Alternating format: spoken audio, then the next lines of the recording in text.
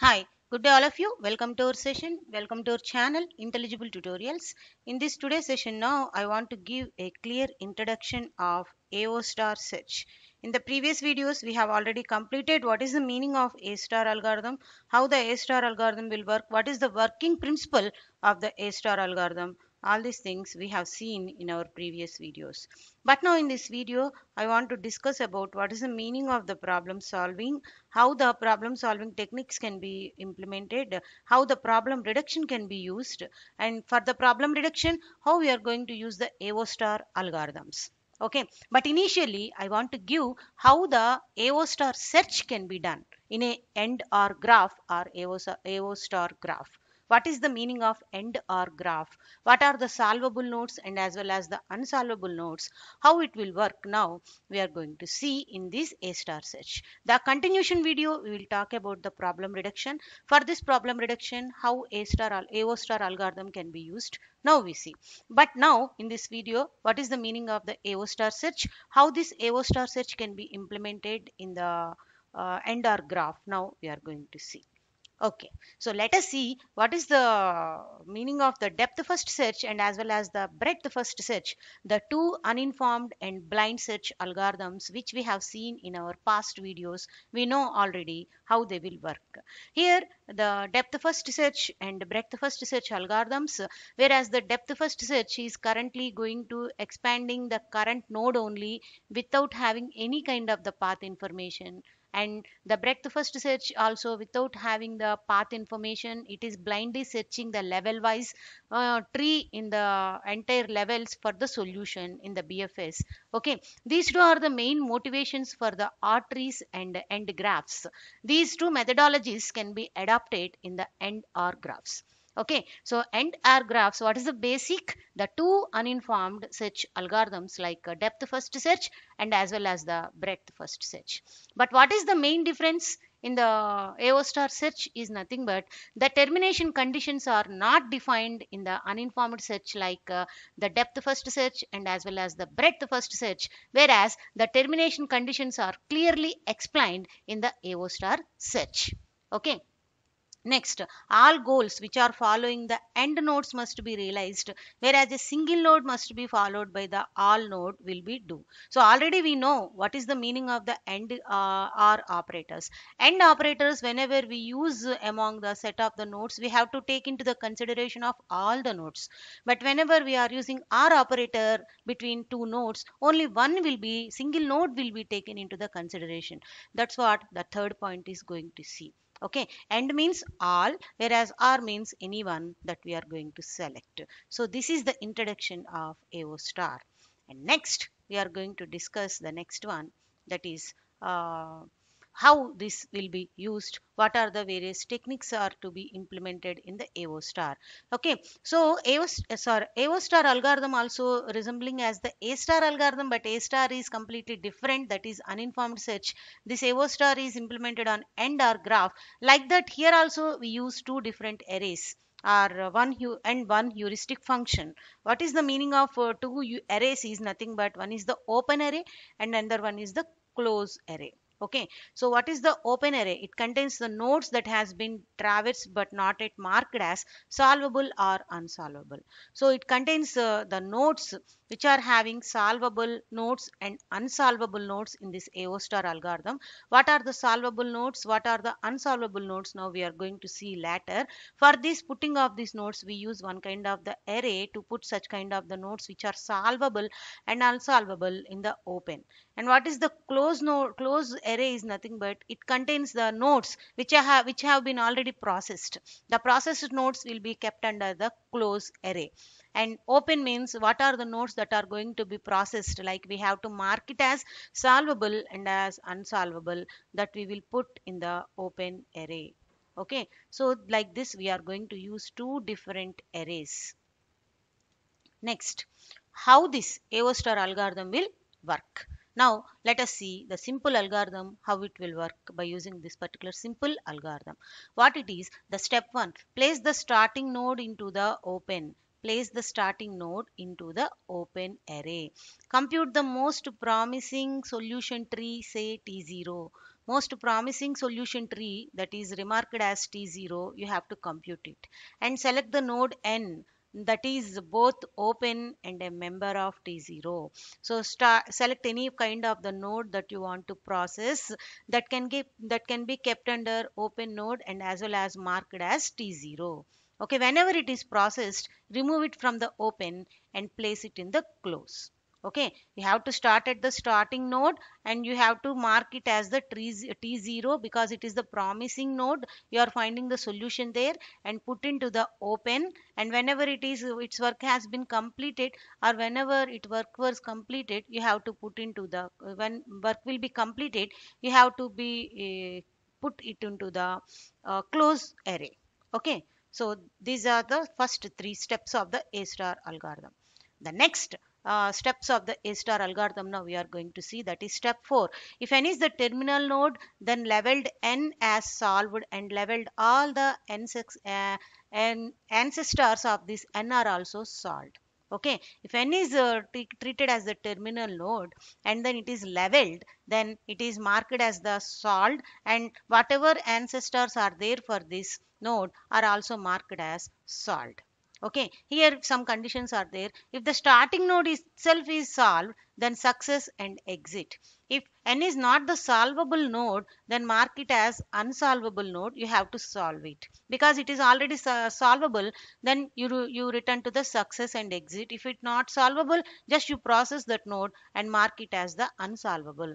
If the starting marked node is unsolvable, then return failure and exit. Okay, so it is completely unsolvable node, then you return and failure and exit. Okay, so if it is unsolvable, you have to return exit. If it is solvable, you process it and successfully you can exit. Next, step 6, expand n. You have to expand the node n and find whatever the successors are there for that node, and with the some heuristic function n, you can expand all those successors of the node n and push them into the open. After completion of the process, you put them into the close and then return to the step 2. What is the step 2 is saying? Compute the most promising solution tree at T naught and then put them all into the closed node and then finally exit. So these are the 8 steps involved in the algorithm. You have to use the open node and closed node. Not processed nodes can be kept under open array, and all the processed nodes can be kept under closed array. If at all those are not solvable, so solving is not possible, you keep them simply as the closed array. You can mark it them as the unsolvable and put it into the closed array. So how this particular algorithm will work now we are going to see. You can easily understand if you see one example, then you can easily understand. Let us see the implementation part of the algorithm, AO star algorithm. In this particular graph, whatever it is showing, what it is showing here, it is 1 minute. What it is showing is it is having node A, node B, node C, node G, D, and E and H. Okay, we are starting at the node A. Node A is computed as the solvable, and whatever ancestors are the A are also solvable.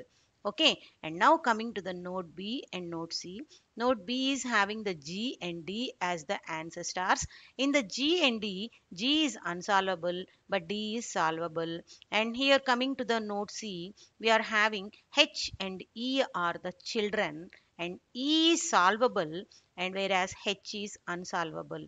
Look at this diagram. The unsolvable nodes, we don't find the ancestors. We don't move further for the unsolvable nodes. Remember this point. For the unsolvable nodes, we not need to move further.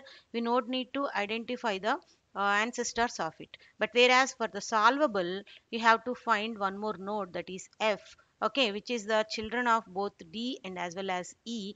It is also solvable. That means further it is be expandable. Okay, so solvable nodes can have two different kinds of the children, that is solvable and unsolvable. So unsolvable is not preceding the that means we are not expanding it for its ancestors, whereas solvable only we can find the ancestors. That's what this graph is saying. And now how this working principle of this algorithm will work according to the steps whatever we have discussed, now we are going to see.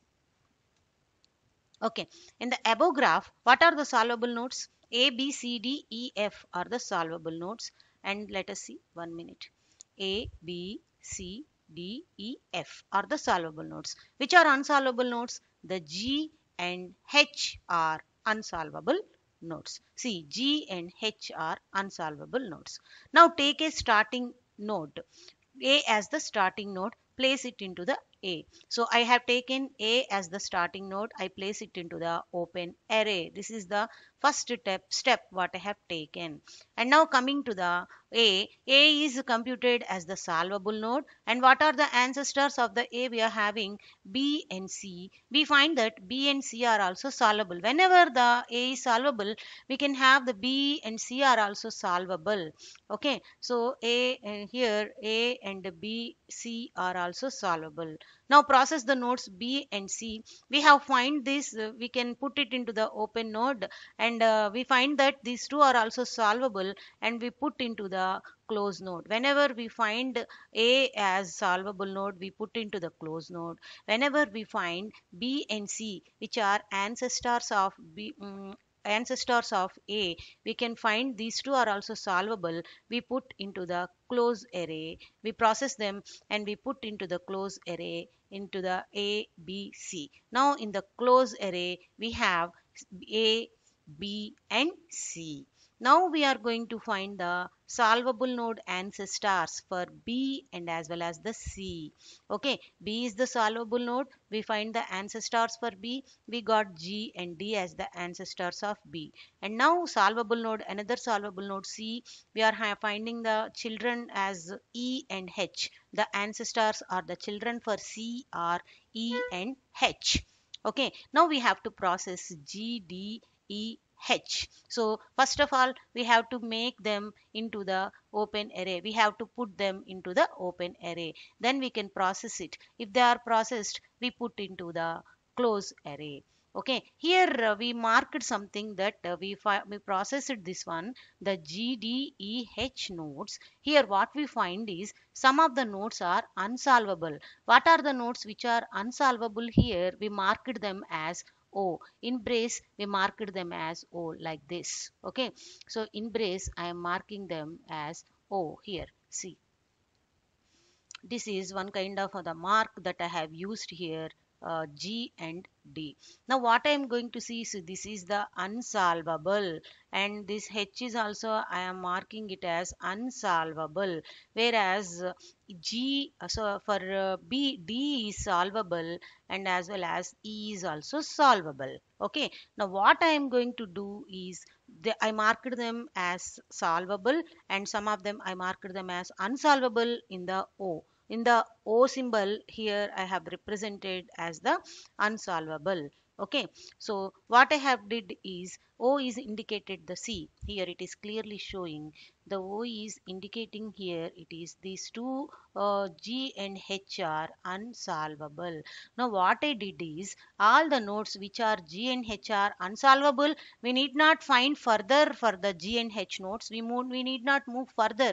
We need not expand for the unsolvable nodes. So simply I am putting in the close array directly this G and H nodes, and later what are the nodes are there, the D and G are also solvable nodes. So that's why I am putting them into the array, and I am processing, I have started processing of this D and G, because G and H are already unsolvable, they marked them as unsolvable. So these two nodes are need not further moved, and no need to process or no further expansions are possible for this G and H nodes. So that's why I'm making as into mark. For D and E are solvable nodes, so that's why I am making them as the tick mark here in the node. Just for example I am showing. Now I have taken D and E nodes and I have expanded. They got only one children, that is called as F node. So all these nodes I put into the close because all are processed from the starting of the tree. We have A, that is solvable processed, we got ancestors as B and C solvable nodes. So B and C solvable I put together because those two are solvable nodes. Okay, so I put together in one place, and next I find GHDE. In the GHDE, G is one of the not solvable node, so I marked them as O here, and D is are solvable nodes. So solvable nodes I put in one single cell, like BC I put DE is one single cell, and H of 0 is also is not solvable node. I marked them as 0 here. It is not solvable. No further progress is needed. And F is again solvable node because it is further to be expanded, so it is solvable. Okay, so F is solvable here, and D already solvable, and we got B and C is also solvable. So I put all these things in the close array like this. Okay, now the tree got completed. We got the tree like this. Whenever we find the close node, all the nodes we have completed till F is the end node for all this, we can conclude it. And I am not moving further expansion of the F. I am concluding at the F itself, F there itself. So we are success, and we are exiting now. So the resultant graph is this one. So I make it is as the AO star graph. I am treating it as the AO star graph now.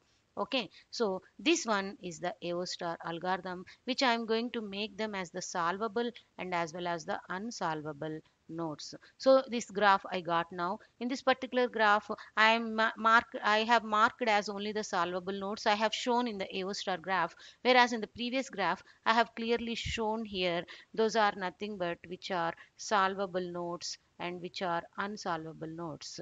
Okay, so unsolvable nodes, we need not move further for their ancestors. Only for solvable nodes we move further for the ancestors. So there is no expansion is not showing in this particular diagram for the unsolvable nodes. Now I think it is clear all of you. Okay, so this is the implementation of the AO star algorithm.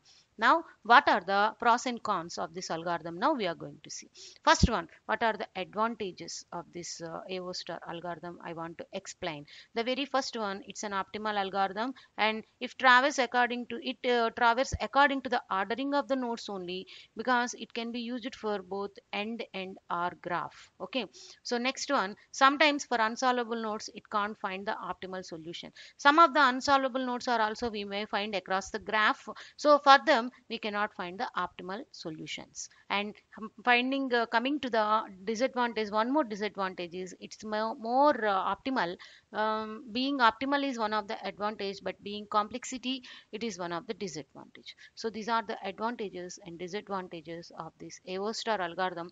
This is the way of implementation of the AO star algorithm, how it will work. And in the coming video, next video, continuation video, I want to say how this algorithm will be worked in the problem reduction. So keep watching my artificial intelligence.